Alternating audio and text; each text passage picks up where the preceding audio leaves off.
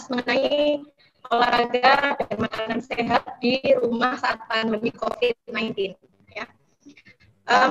Pertama-tama kita kenalan dulu ya Bapak Ibu ya, supaya pada saat nanti kita sudah selesai seminar ini atau webinar ini, nanti kalau kita ketemu di lain tempat kita bisa saling sapa. Oke, next Pak Wisnu. Baik, perkenalkan dulu, nama saya Mira Pradipta Arianti, sarjana olahraga master pendidikan. Jadi saya dulu itu kuliah S1 dan S2-nya itu linear, sama-sama di bidang olahraga gitu. Yang S1-nya keilmuannya, yang S2-nya di pendidikannya gitu. Jadi saat S2 saya mendalami bidang pendidikan untuk khususnya olahraga gitu. Alamat saya berada di Surabaya bagian barat, Jalan Beji, Gang Masjid, nomor 16, RT 3, RW 4, Kelurahan Pakal, Kecamatan Pakal, Surabaya. Mungkin dari para peserta dari rumahnya bagian Surabaya Barat juga, nanti lain waktu kita bisa ketemu kalau pandemi sudah selesai ya. Ibu Mira, mohon maaf sebelumnya Bu Mira. Bu Mira? Ya Pak. Suaranya sedikit terputus-putus, tetapi bisa saya pahami, tapi kadang-kadang ada putus-putusnya, Bu. Oke.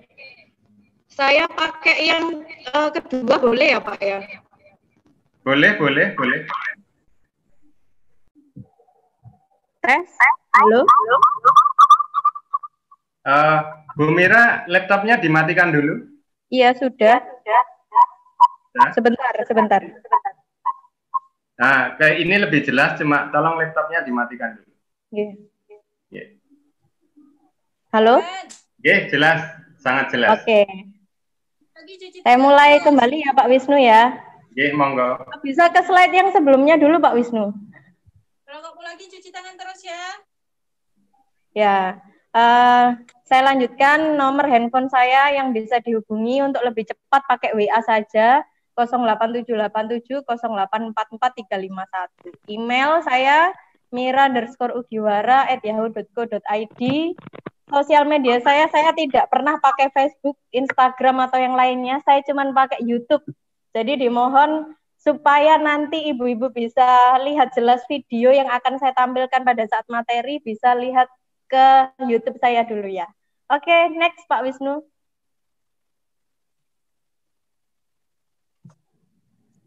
Oke, baik para peserta dan Bapak Ibu sekalian yang saya hormati, ada 3 hal yang sangat penting sekarang ini ya, dikarenakan kondisi kita sedang di rumah, maka kita tidak bisa melakukan apa-apa.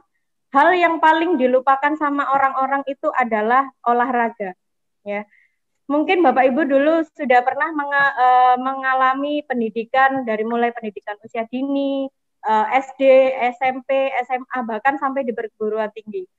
Nah, yang namanya olahraga, kalau di pendidikan itu namanya PJOK, Pendidikan Jasmani, Kesehatan, dan Olahraga. Itu biasanya dikesampingkan atau ditaruh di bagian paling belakang. Tetapi sekarang ini olahraga harusnya dinomorsatukan. Kenapa?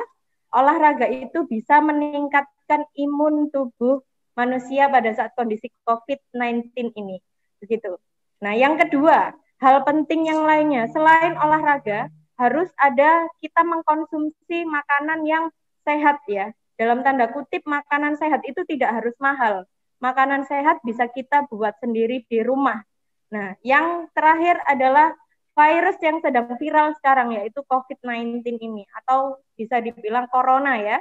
Nah, corona ini sangat harus kita hindari atau kita bisa menjaga diri kita supaya tidak terpapar virus ini secara langsung. Maka dari itu pemerintah menganjurkan kita semua untuk diam di rumah, atau bahasa Inggrisnya itu stay at home. Benar ya Pak Naf ya?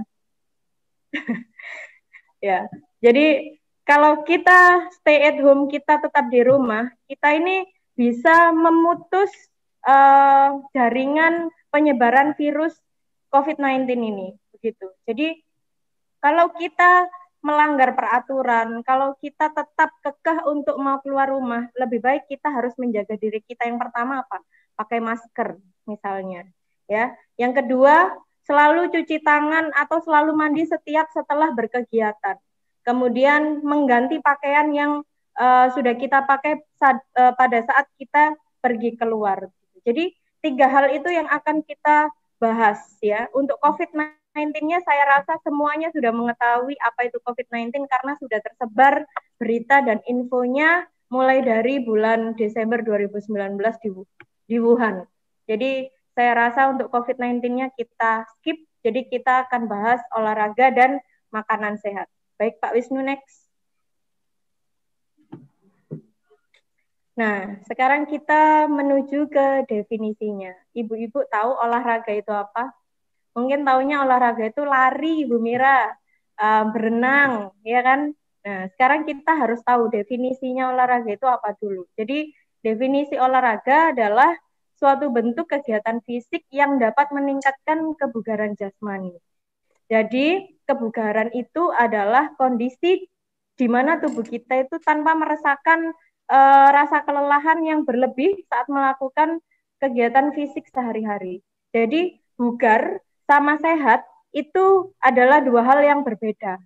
Jadi saya akan memberitahukan bugar dan sehat akan adalah 2 hal yang berbeda. Kalau sehat itu kita bisa merasakan kelelahan walaupun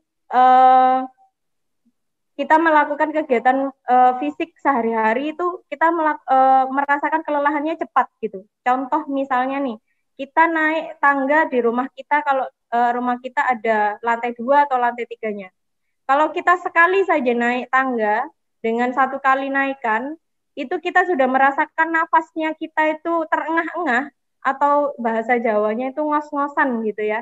Itu dinamakan kita kurang bugar. Begitu. Jadi kalau orang sehat itu tidak tentu bugar, karena orang sehat bisa merasakan kelelahan yang berlebih daripada orang yang bugar. Tapi kalau orang bugar itu pasti sehat, gitu. Jadi dalam istilah olahraga itu ada filosofi seperti itu. Jadi kalau orang bugar itu pasti sehat, kalau orang sehat itu tidak pasti bugar, dikarenakan hal intensitas kelelahan itu tadi, gitu. Nah, aktivitas fisik itu apa sih? Aktivitas fisik itu adalah setiap pergerakan otot tubuh akibat meregangnya skelet yang mengakibatkan pengeluaran energi. Jadi skelet itu adalah salah satu bagian otot tubuh kita. Otot dibagi jadi 2, ibu-ibu atau bapak-bapak dan para peserta yang lain. Ada otot merah dan otot putih. Biasanya otot merah itu digunakan untuk kegiatan aktivitas fisik yang intensitasnya itu sangat berat. Misalnya lari, misalnya angkat beban, misalnya push up, sit up, atau cabang olahraga yang lainnya. Nah, kalau otot putih itu digunakan untuk aktivitas-aktivitas yang ringan. Misalnya ini menyisir rambut, misalnya memakai baju, misalnya menulis, ya, atau bermain dengan menggunakan jari jemari. Itu adalah otot-otot yang digunakan menggunakan otot putih, begitu. Next, Pak Wisnu. Nah, sekarang kita ke jenis-jenis olahraga ya. Jenis-jenis olahraga itu banyak sekali caburnya, Bapak Ibu. Cabur itu adalah cabang olahraga. Ada atletik, ada voli, ada basket, ada renang ya, dan lain sebagainya. Saya rasa untuk jenis-jenis olahraga yang seperti itu Bapak Ibu sudah mengetahuinya. Tetapi kemungkinan Bapak Ibu tidak mengetahui untuk apa sih olahraga jenis-jenis yang seperti itu. Nah, di slide tersebut akan saya jelaskan bahwa ada beberapa olahraga yang memiliki manfaat-manfaat tertentu. Yang pertama adalah untuk meningkatkan endurance kita atau daya tahan, ya. Nah, daya tahan ini contoh olahraganya adalah lari jarak jauh. Biasanya lari antara 1.500 meter. Itu biasanya lapangan sepak bola itu. Nah, itu kalau kita lari dalam waktu yang lama, misalnya 15 menit, kalau kita bisa mencapai peak-nya, maka endurance kita itu berarti baik gitu ya. Nah, yang kedua contohnya adalah senam aerobik. Nah, biasanya ini bunda-bundanya ini yang suka senam aerobik, bukan anak-anaknya ya. Senam aerobik ini juga merupakan salah satu olahraga yang bertujuan untuk meningkatkan daya tahan tubuh, begitu. Maksudnya daya tahan tubuh itu kardionya, pernafasannya, jantungnya itu kuat untuk melakukan kegiatan fisik tersebut atau aktivitas fisik tersebut. Yang ketiga contohnya adalah jalan sehat. Nah, jalan sehat ini biasanya dilakukan dalam jarak yang sangat jauh, bisa berkilo-kilo ya. Nah, itu juga termasuk adalah kegiatan olahraga untuk endurance. Nah, yang kedua, ada agility atau kelincahan. Nah, kalau agility ini untuk kelincahan ini sangat penting sekali dilakukan pada anak-anak yang usianya masih dini. Misalnya usia 3, 4, 5, 6 sampai usia 10. Itu masih perlu yang namanya latihan agility atau kelincahan. Kenapa? Karena otot-ototnya perlu sekali untuk dikembangkan supaya mereka bisa berjalan dengan baik, bisa menghindar dengan baik, bisa melompat dan meloncat dengan baik. Nah, saya ingin menegaskan, melompat dan meloncat itu mempunyai dua perbedaan. Kalau melompat itu kita mengangkat kedua kaki secara bersamaan, ya. Mengangkat kedua kaki secara bersamaan itu disebut melompat. Nah, kalau meloncat itu kita mengangkat salah satu kaki kita secara bergantian, begitu ya. Jadi jelas perbedaannya. Kalau melompat dua kaki, kalau meloncat satu kaki. Nah, contohnya agility adalah melompat, meloncat, dan shuttle run. Shuttle run itu lari bolak-balik, ya. Jadi anak disuruh lari ke arah barat, kemudian kembali lagi, kemudian lari lagi, kembali lagi. Nah, itu namanya shuttle run, digunakan untuk meningkatkan kelincahan anak, ya. Yang kedua adalah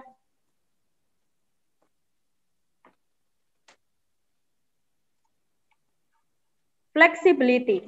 Ya. Flexibility ini adalah kelentukan. Bisa kita ketahui bahwa anak usia dini itu tulangnya, tulang rawannya itu masih sangat-sangat halus, masih mudah sangat dibentuk. Misalnya nih, Bapak Ibu ingin memiliki anak yang memiliki prestasi di bidang olahraga tertentu, misalnya di senam artistik atau senam lantai. Nah, senam lantai itu cocok sekali untuk anak-anak usia dini. Karena apa? Karena tulangnya, ototnya itu masih muda, jadi masih gampang sekali untuk dibentuk. Nah, flexibility contohnya adalah knee up, yaitu mengangkat lutut ke atas dengan cara ditahan. Jadi lututnya diangkat ke mendekati perut kita, kemudian dipegangi dengan kedua lengan, ditahan beberapa detik, kemudian dikembalikan. Nah, contoh yang kedua adalah mencium lutut. Nah, mencium lutut dengan posisi kaki tidak ditekuk ya Bapak Ibu, dengan posisi kaki diluruskan. Nah, itu untuk melenturkan otot yang berada di bagian belakang lutut. Nah, itu nanti anak kalau bisa melakukan mencium lutut secara bertahap, nah, anak itu bisa melakukan yang namanya split. Kalau ibu-ibu tahu split itu adalah posisi merenggangkan kaki ke samping kanan dan kiri secara lurus, begitu. Nah, yang kedua adalah meraih kaki. Nah, kalau meraih kaki ini hampir sama dengan mencium lutut, hanya saja posisi kepalanya tidak menempel pada lututnya. Jadi, tangannya menyentuh kedua kaki, tetapi posisi kakinya sama-sama lurus, begitu. Nah, yang keempat adalah kecepatan atau speed. Nah, anak-anak di usia dini atau usia 3, 5, 6, sampai 10 itu adalah anak yang sangat-sangat aktif. Jadi mereka sangat suka untuk berlari, sangat suka untuk bermain, sangat suka untuk melakukan hal-hal. Jadi tidak mau diam gitu. Karena energi atau powernya mereka itu melebihi dari orang dewasa. Jadi bisa 3 sampai 4 kali lipat energi orang dewasa anak-anak. Jadi nggak bisa diam. Nah, kecepatan ini contohnya adalah segala aktivitas yang dilakukan dalam kurun waktu tertentu. Misalnya seperti balap lari. Balap lari itu dilakukan dalam kurun waktu tertentu, misalnya disuruh lari 5 kali berapa menit atau berapa detik dia bisa lari. Itu adalah salah satu contoh kecepatan. Nah, dari keempat hal tersebut, yang mana yang harus kita latihkan untuk anak-anak usia dini supaya tulang dan perkembangan ototnya berkembang dengan baik? Yang paling bagus itu adalah agility dan flexibility, gitu ya. Dikarenakan anak-anak usia dini masih memiliki otot dan tulang yang muda, jadi masih bisa dibentuk, gitu. Tidak akan merasakan kesakitan yang berlebih, tidak akan merasakan beban yang berlebih. Beda dengan orang dewasa, kalau melakukan agility atau kelentukan pasti akan merasakan rasa sakit yang sangat berlebih. Begitu. Next.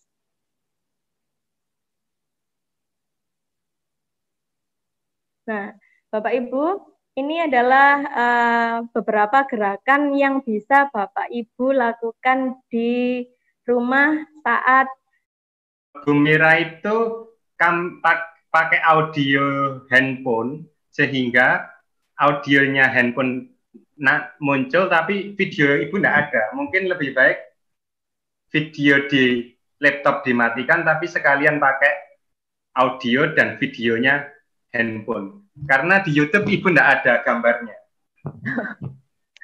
Cuma ada suara. Di handphone dinyalakan videonya.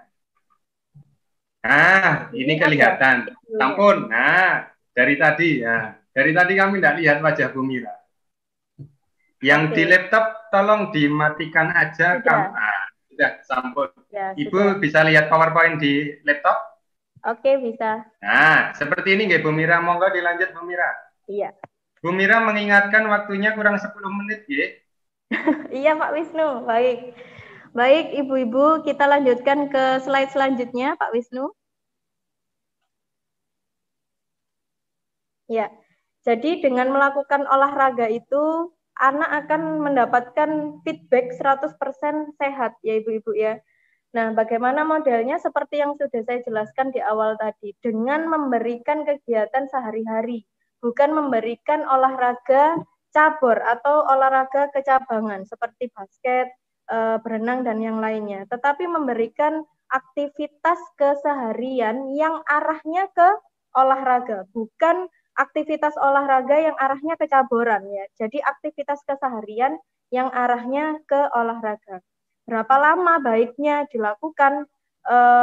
Kisaran anak-anak boleh melakukan antara 15 sampai 20 menit itu 1 minggu ya Ibu-Ibu ya, 1 minggu, karena anak-anak itu adalah anak-anak yang mudah bosan. Jadi kita tidak boleh melakukan hal yang misalnya kita suruh mereka, kemudian kita suruh mereka standby hanya 15 menit sampai 20 menit, itu mereka akan cepat rasa bosan. Jadi 15 sampai 20 menit itu dalam jangka 1 minggu ya. Jadi misalkan hari pertama 10 menit, hari kedua 5 menit, hari ketiga 5 menit, begitu seterusnya. Nah, melakukan hal keseharian itu bahaya atau tidak, itu tergantung dari pengawasan orang tua. Karena saat ini fokusnya kita lagi di rumah ya. Jadi anak-anak tidak bisa ditinggalkan sendirian, maka orang tua harus mengawasinya. Begitu, supaya kita bisa memberikan standar keamanan yang baik bagi anak-anak. Begitu. Next. Baik, ini adalah sedikit video yang Bapak Ibu bisa lakukan di rumah bersama anak-anak. Bisa di-play Pak Wisnu?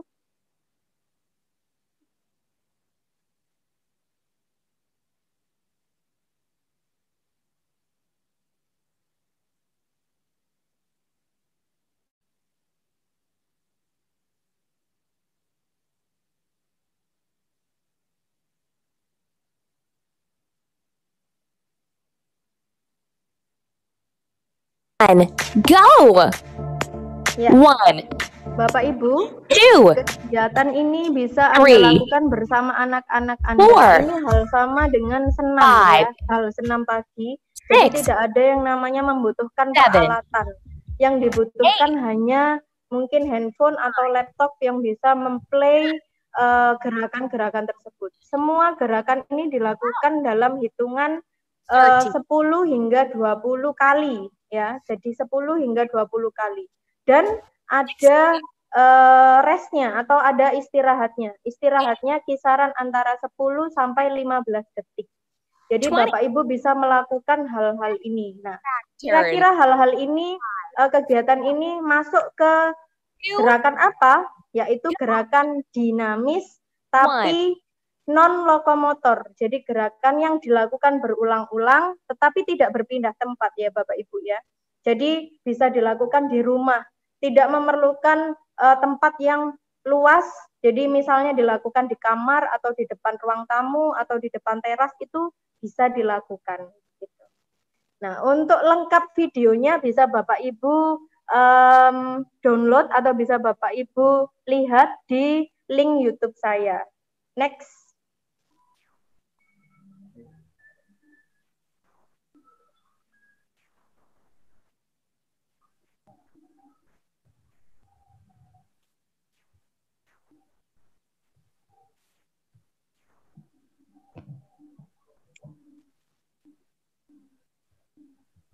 Sampun Bu Mira. Baik.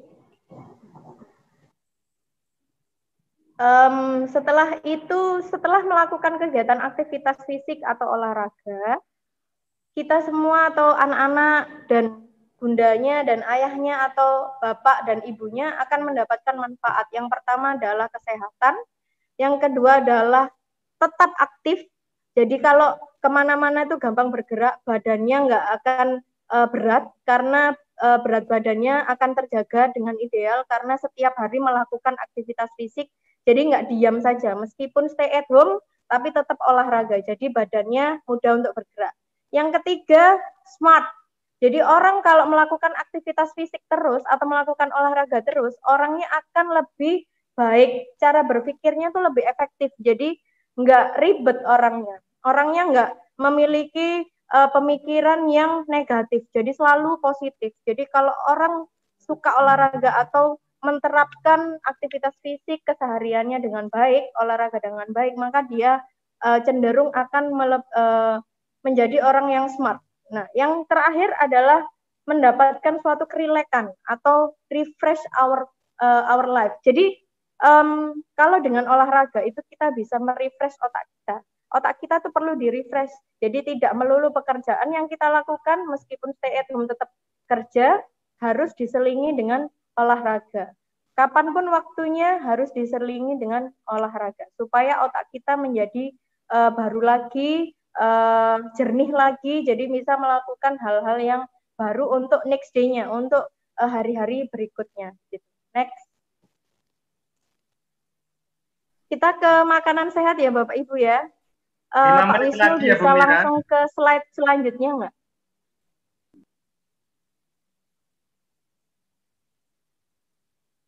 Ya, jadi ada 3 hal yang Bapak Ibu perlu ketahui untuk makanan sehat ya. Makanan sehat itu ada karbohidrat, protein, lemak, dan penunjangnya adalah vitamin. Saya rasa 3 hal tersebut itu pasti sudah umum untuk Bapak Ibu ketahui. Yang belum Bapak Ibu ketahui adalah fungsinya. Fungsi makanan sehat itu apa? Yang pertama, dari karbohidrat itu untuk olahraga-olahraga yang aerobik atau memerlukan energi sangat banyak. Misalnya sepak bola, lari jarak jauh, jalan jarak jauh itu perlu makan nasi Bapak Ibu atau perlu hal-hal yang mengandung karbohidrat. Nah, yang kedua adalah serat.